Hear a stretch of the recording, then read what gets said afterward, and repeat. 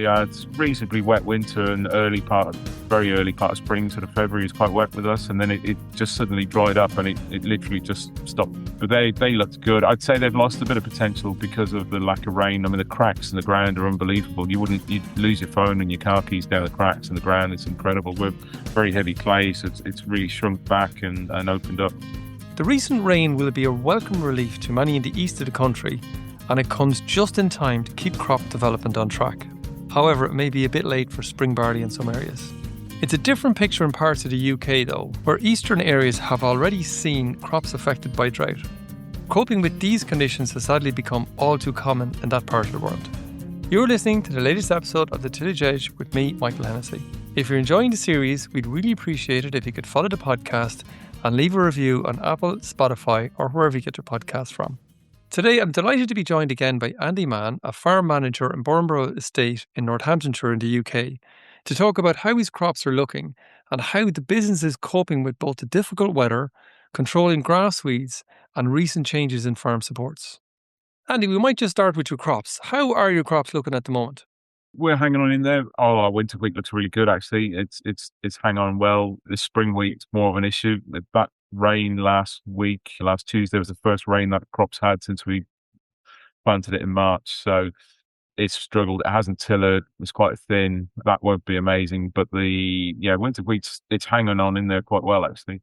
Okay, so if we just go back a little bit in terms of the crops that you planted, mostly winter crops, I presume, again this year, is it, or a lot of winter crops? Yeah, we're pretty much 3/4 of the farms in SFI, in the sustainable farming incentive, so environmental crops, bird food, cover crops, stuff like that, and grass.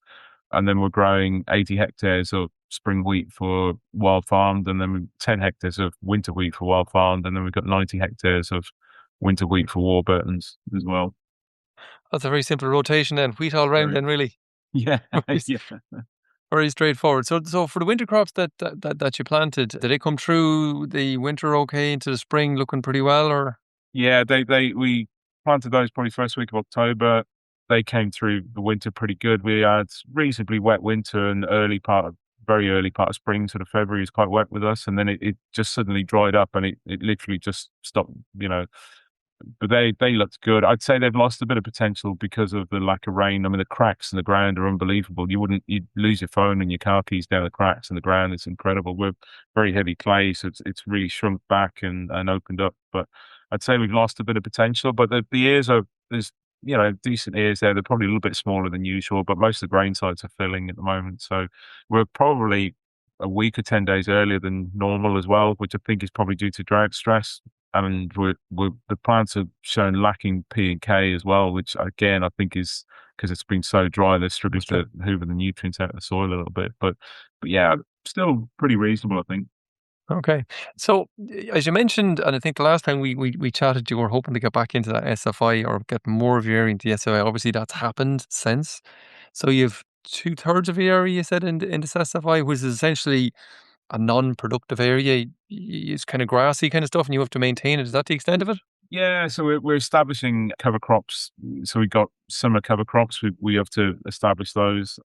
Winter bird food, so we're establishing that sort of late spring, early summer, and then you leave that all the way through to next February as overwinter bird food. And then the other one I've got quite a bit of is a grass and legume lay, which unfortunately you're not allowed cut for silage or forage. You have to leave the cuttings on there, which seems an awful waste for me when there's a lot of guys that would be glad of the grass around here at the moment. But yeah, so that we've got 100 hectares of that as well. So yeah. Okay, right. So it's a fairly substantial, and that's locked in for 5 years to come, is it? So I've got, nothing's ever straightforward. I've got a countryside stewardship agreement, which is a 5-year agreement that finishes the end of this year in December. And then I've got 2 SFI agreements, one of which we're in the first year. That's got another 2 years to run. And the final SFI agreement that I got, we signed that in February this year. So that'll run till 29. So, yeah. Okay, so will land come back into production again, or do you expect more environmental schemes to kind of keep it running through, or what's your thinking? We had a fairly unprofitable year cropping last year. So that was the thinking was probably going back 18 months ago, I suppose, with the owners here. We sort of agreed a plan that we would reduce the cropping area, reduce our sort of risk, if you like, cropping, major into SFI, but while we were doing that, I would work on other sort of farm diversification projects and other income streams for the farm, for the business, which I've been busy on with that. Well, pretty much for the last year or so now, and we've got, some good diversification stuff going and up and running, and they're sort of long-term projects. They'll be, non-farming income, and that will bring money into the farm. So we're not quite so reliant. It's a harsh world out there at the moment when you haven't got subsidies and you haven't, Yes. the support payments. It's really biting hard on a lot of guys over here at the moment. And then of course Trump with his carry on with, and the price of fertilizer, everything is all going against, and price of diesel, it's tough going at Yeah. the moment to make money growing Okay. crops. And can I ask you, because I know last time we talked a good bit about blackgrass, but I just kind of want to revisit that. Do you think that some of the SFI measures you have to put in, either the grass or the cover crops, is that helping or hindering, do you think, in the long term, your blackgrass? Because it's not going away, obviously, in those crops necessarily. No, it's not going away. The good thing about sort of the a lot of the options that I've chosen is that we can use a glyphosate in the spring. So you take out any sort of overwinter flush with blackgrass. You plant your summer cover crop or your legume fallow or your bird food, and then the blackgrass will grow in that crop. But then before it gets to throw a seed head out again, you can kill it off again generally with glyphosate. So you get two bites at it. So it's good like that. The grass and legume lays that we put down, they're not quite so good. I think if I could cut those for silage or for hay, and I've got sort of ready markets locally, that would work. That would really help knock the blackgrass back. But because we're only allowed to top it, we top it as high as we can when we see the blackgrass seeding, and then it literally within 3 weeks, it'll throw another seed head out a bit lower. So we have to go and top it again, a bit lower again. And that, if it stays dry, that'll be enough. That will knock it back, but it's not the only way I've seen in my experience is if you can silage it, if you can just remove the blackgrass plant out of the rotation, take it away and silage it. That's the best way. Okay. So the ground that you have pushed into the SFI, I presume that's not your best ground necessarily. Was that selected for because it was really bad in blackgrass, or was there any reason particularly that you put it in there? There's some and some. I wouldn't say exclusively on that. We're rotating. I'm using it as a sort of bring the diversity into the rotation. So there is some areas of the farm where, the poorer ground where we've got them in long-term sort of stewardship stuff, but a lot of it's just rotating around the farm. So we're getting sort of long breaks actually, and it'll be interesting to see. It's the first year where I've grown wheat after it's had a 3-year break almost of cover crops and fallow and stuff. And the wheat looks very good. So we're rotating that round, but yeah, no, we're rotating them round like all the fields. It's not just sort of exclusively on bad fields or anything. And just to remind everybody, I want to talk a bit more about blackgrass, but just to remind everybody, you're pretty much exclusively direct drill. You're not really doing any cultivations at all, regardless Yeah, of whether no, it's coming out of lay or not. yeah, no, we're pretty much, we've got a horizon disc drill. We don't do much in the way of cultivation. I did last summer. We were in a bit of a downward spiral. We get a lot. Yeah, I was starting to see more and more compaction. So and cover crops weren't able to get a root down to break through that. So I did buy a low disturbance subsoiler about a year ago, and we used that last summer after harvest on a few fields to correct it. I don't think we'll probably use it this year, but I think, well, unless we get an awful lot of rain, we'll be able to pull it through the ground. But yeah, so I like, if we need to, I'm not afraid to pull the sort of low disturbance subsoiler through, and we've got a ballast carrier that can level the top again. But yeah, Yep. generally speaking, we don't disturb too much soil if we can help it. So can we go back then just to maybe your normal cropping where you have blackgrass, and I presume when you're starting out, blackgrass would be forefront in your mind in terms of making sure you try and control that. We might just go through it step by step in terms of, both cultural control and the chemical control measures that you're taking. Yeah, I mean, now that I'm growing in much smaller areas of wheat, I can be quite selective on what fields I grow the wheat on. So I'll start looking this time of year. You'll start to see the blackgrass coming out above the crop or in the cover crops or whatever, and you can kind of gauge the level of blackgrass pressure. So immediately I'm thinking, if there's a bad field of blackgrass, I'm not going to try and grow wheat in there next year. We'll try and move things around in the rotation a little bit. So you're already sort of thinking about it this year. And then, it might be that if we'd spray out patches with very bad blackgrass in them, just so you don't get that seed return. It's about just reducing that seed return. And then post-harvest, again, we don't touch the stubbles if we can post-harvest. So a lot of the blackgrass seed will just sit on the surface. It doesn't like it. It likes the cultivation. So actually my system sort of falls good on that. Yeah, where we leave it, predators eat it. It's a pretty hostile environment just on the surface. If you tickle the surface, or if you can get it to grow, and that's probably, so if we can, post-harvest, we'll try and leave it for a month, not touch the stubble if we can. And then if we're going to do anything, we'll do it, prior, maybe 3 or 4 weeks before drilling, then we'll try and get in and. So you drag the carrier through it, is it, or what do you do? Yeah, possibly.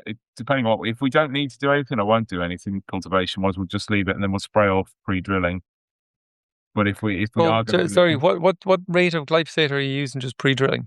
It depends on the size of the blackgrass, Michael, really. It'd be 2 to 3 litres, just depends. If it's big, chunky plants, obviously we'll use a higher rate. But pretty robust rate. Then. Okay. Yeah, most of the time I can get away with sort of 2 litres is enough. Like it's very small plants. I'm not trying to kill big blackgrass plants at that point. So yeah, so I'm very conscious actually. There's been some guys trying to be a bit smart over here. I've heard of 1 or 2 tales where they're dropping the rates of glyphosate, they're mixing in stuff with it, thinking they can get away with low rates, and that's just a path to resistance very quickly, I think. So yeah, I'm very careful with glyphosate because we want to hang on to it as long as we can. So then, and then the next sort of thought process, we're looking at competitive varieties, time of drilling. So, the later you drill, the better chance your pre-emergence herbicides have a working. High seed rates, we're drilling at anywhere up to sort of 400 to 600 seeds per meter squared.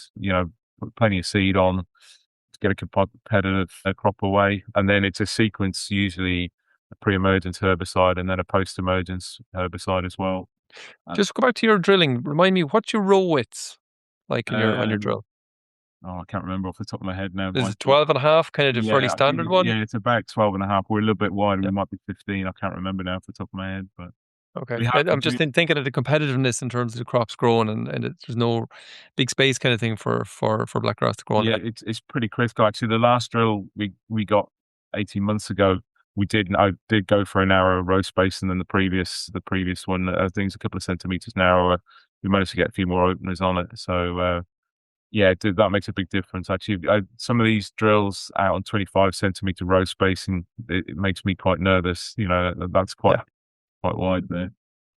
And then on your pre-emerge herbicide routine, what's the standard, or is there a standard that you use? Again, it depends on product availability, price, and efficacy. But last year we had like a Prosulf carb, Stomp, and Avidex, liquid Avidex mix pre-em, and then we went back through with Luximo post, and sort of probably 2 weeks later, I suppose, sort of like peri-emergence, just a bit past peri-emergence stage, if you like. We went back through at Luximo. We've had very, very good control, I have to say, this year. Conditions were really good at drilling. There was enough moisture there. The herbicides worked really, really well. So, yeah. And is that the extent of it then, or do you come back with? That was it. That was it. So, it did a good job actually. And what's your budget in that now? We'd be up around 120 quid a hectare for that. Right.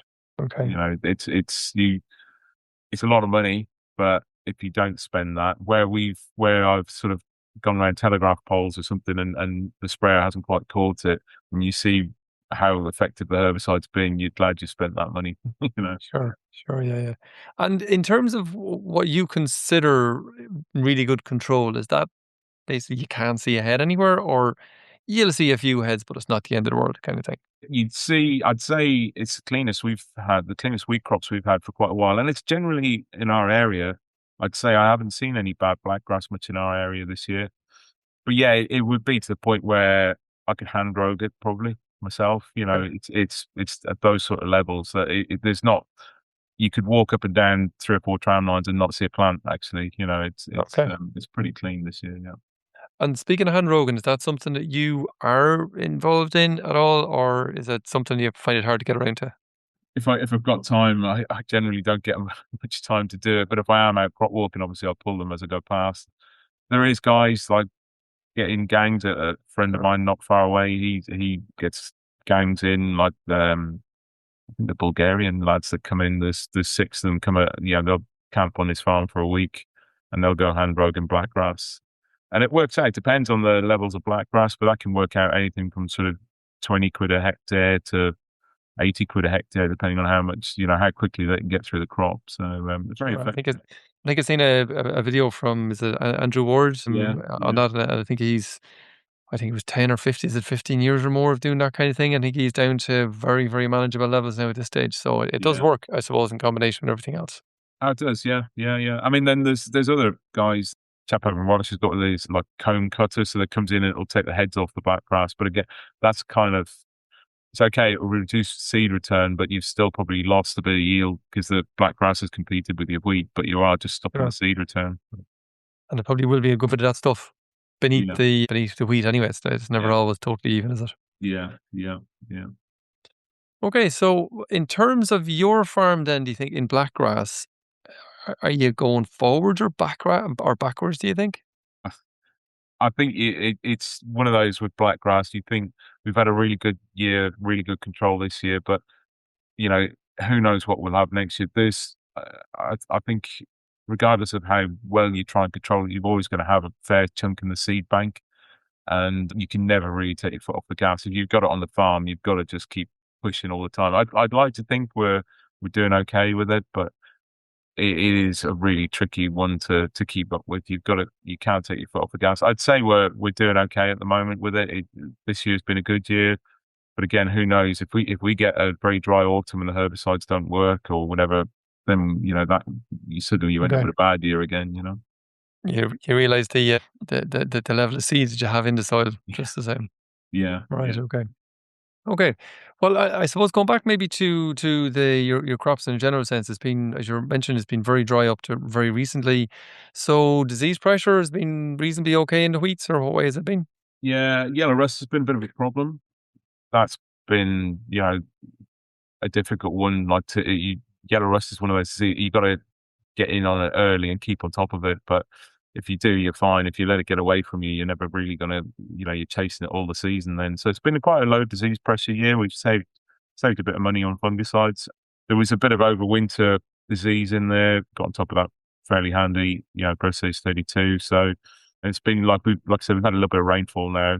All our wheat's flowering at the moment, or it's just gone past flowering, full flowering, if you like. So we had put T3 fungicide on the other day. Okay. But yeah, it's looking generally pretty good. Not that much disease, and the wheat are pretty clean actually. Yeah. And what about the spring wheat then for the wildflowers? Is wildflowers, I think you said that contract. What's the disease level like in that, and how, have you got a defined spend on that it's not, doesn't really get as much disease as the winter stuff? So yeah, so I've got one field of wild farmed winter wheat. So the criteria of wild farmed is you're not allowed to use pesticides generally on the crop. Uh, You're allowed to do pre-drilling glyphosate. There's a restriction. There is certain herbicides you're allowed to use in crop, and only up to certain growth stages. No fungicides without a derogation. If you're going to lose the crop, they'll give you a derogation, but then that has to be tested before it goes to them, if you like, and they'll test it for pesticide residues. No insecticides, no growth rates. So we've got, and we're growing variety blends for that. There is a bit of yellow rust, I'm not going to lie, in that wild farm winter wheat, but I managed to control that with sulfur, with I think nutrition and a couple of hefty doses of sulfur has done the trick there to just damp it down. It hasn't got rid of it, but it has damped it down. And the other thing I'm seeing in there, I just been out in the field there this morning, was a lot of aphids in that crop. I don't know why they've attacked that crop, not the other wheat I've got, but that wild farm wheat.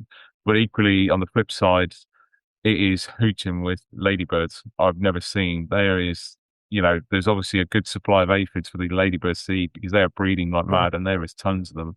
And actually, I'd say from Monday, I looked in there Monday morning to this morning, which is only Wednesday morning, the numbers have gone down. The aphid numbers have definitely dramatically gone down. okay.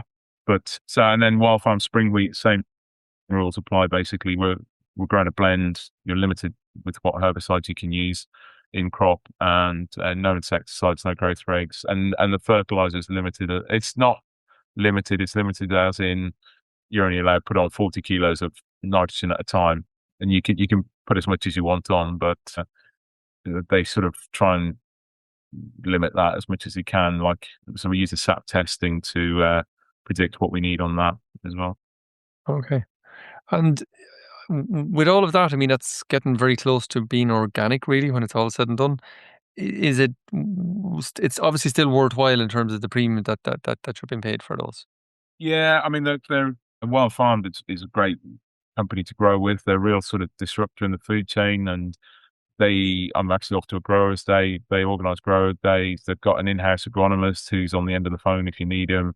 They've got a really good WhatsApp group, sort of real farmers really pushing what they're doing, farming differently and disruptive. So they're very good. They do pay a good premium. They talk, it's a very much a two-way dialogue. They've got their own bakery, which we're always very welcome to go visit the bakery. There's just so much dialogue with them all the time. Like, Yeah. anybody else, I just deal with the merchant. Merchant rings and says, "I want your wheat." We load it on a lorry and off it goes. But with Wild Farmed, you get an awful lot more feedback both ways, and they listen, and they're adapting their growing protocols every season, to help us. And from your knowledge, are they achieving a premium? Because obviously that's the big thing. It's certainly across Ireland. I mean, there's lots to talk about what could be done, this and that and the other, but nobody seems to be able to derive a worthwhile premium from the market to bring it back through the supply chain to give it to a farmer. But obviously, the wildflowers have managed to do that. They are, yeah, yeah. I mean, their flour it does attract a premium, but I will say that they work hard to prove. Like, I've got two trials for them this year. Most of the growers will have, maybe one trial or two trials with them going on, and they are proving that their crops, the crops that we're growing for them, have more biodiversity in them than a conventionally grown crop. So we've got insect and bird monitoring equipment in several fields around the farm listening. They've got soil monitors in other farms and all sorts of trials. But what they do is they're baselining, and then they're able to prove they've got several years of data. They're using Bristol University quite a bit, that they can prove to their buyers that this is, better for the environment, this flour, and they work hard on the carbon footprint and everything as well. So nobody else is doing that. Nobody else can actually prove. So they're saying, like, our flour is at a premium, but it's at a premium because we can prove that our farmers who are growing for us are increasing biodiversity. And So I suppose the other side of that is that yes, you receive a premium, but it sounds like you've got to do a good bit for it. I mean, there's no pesticides for the most part. There's a good bit more paperwork. Is it? It's just, I suppose, from quite a lot of Irish farmers, they would like to get all this premium, but often are a little bit reluctant to buy into more paperwork, I suppose. yeah, and I think it's not that onerous, to be honest. There's a little bit more stuff to do, but not particularly. They pretty much leave you to get on with it. They've very clear guidelines as to this is the rules. If you grow for us, you're signing up to this. It's a year-long contract. These are the rules. If you grow to these rules, this is a spec we need at the end of it. It's a very transparent. They're very good. Like I say, there's not that much hassle with it, to be honest, Michael. It's there's Okay. not that much more paperwork or anything. And I think, as a grower, I feel more valued by them. They really value their growers, and they want you to do well. And they do their best to help you along and make it as smooth as possible. If you want, they've got deals for seed and stuff. So if I want to buy a blend, I can buy it through their seed supplier, or I can buy it off my own seed supplier. It doesn't matter. But they try to make it easy. If you just want to pick the phone up to their seed supplier, and the blend Sure. that they recommend will come to you. But you can grow whatever varieties you want. They're very, very easy going like that. Okay, well that's good. Can I just finish off maybe, and I suppose maybe it's the new reality for lots of farmers in the UK, that farming is nearly I suppose it's not the main income source anymore, potentially. There's lots of other things going on. And I think, as you mentioned when you were across last year at the ITLIS talk, I think you mentioned solar farms, dog walking. I certainly remember the paddle courts bit, because I think everyone was almost delighted for you that you preempted planning, or maybe totally you totally worked away without it. I'm not sure which, but that drew a wry smile. How are all those projects going? Yeah, good. I mean, we've had solar park now for 10 years. We've got 80 hectares of solar panels here. They've been running for 10 years, and it's a real sort of backbone financially for the business. It's great. good income from that. So we just rent the site out and we do a bit of site maintenance, and then that works really well. I've just put up another shed. We're renting out, actually meeting tenants on Monday for light industrial units. We've got another piggery that we converted probably 5 or 6 years ago. That's small light industrial units. And then, the big one then we started building last October was 2 paddle courts in an old grain store that we weren't using anymore. It's just a sort of concrete base and concrete walls. It was a flat store. It hadn't any dryers or anything in it. And we built 2 paddle courts, and that has just consumed my life, to be honest, for the last, I don't know how long. I've trained as a paddle coach. Yeah, it's full on. It's really full on. I think since I don't know if I spoke to you since the ITLIS conference, but I mean, it's been a phenomenal business. Like the demand, paddle is huge in the UK now. It's the fastest growing sport. The demand is massive. Right. I still haven't got planning permission for it. We're back into our second round of planning. We say nothing about that. There's nobody listening, in fairness. I hope nobody from Bedford Borough Council's listening to this. I'll be worried if you're safe enough with this podcast, I think. But we're back in planning for that again. So, but I can see that that's a huge part of the business now. The income that's generating. I mean, it's taken a lot of my time. Don't think it's not easy money. It's hard earned money, but it is worthwhile. Like you can. It's a real step outside the comfort zone. I can tell you, dealing with. And you were managing the bookings and people coming and going and opening and closing. Yeah, there's all that kind of stuff. Yeah, there's a team of us now. We've sort of, myself and my boss Lucy sort of are overall managing it, I suppose, and the boss Andrew dibs in and out as well. And then we've got a couple of people that work part time, coming in, helping out, cleaning, doing bits and pieces. Really sounds worse than milking cows, that one, Andy, in fairness. Yeah, it's full on. I'd say it's 7 days a week. So it's 6 a.m. till 11 p.m. So it's Jesus, right? Yeah, it's full on. Right, very good. Listen, I know you were in a rush to go off to I think it was the wildflowers farmer kind of thing. So listen, again, thanks very much for your time. Always delighted to have you on. And look, best of luck for the season to come. Brilliant. Thanks, Michael.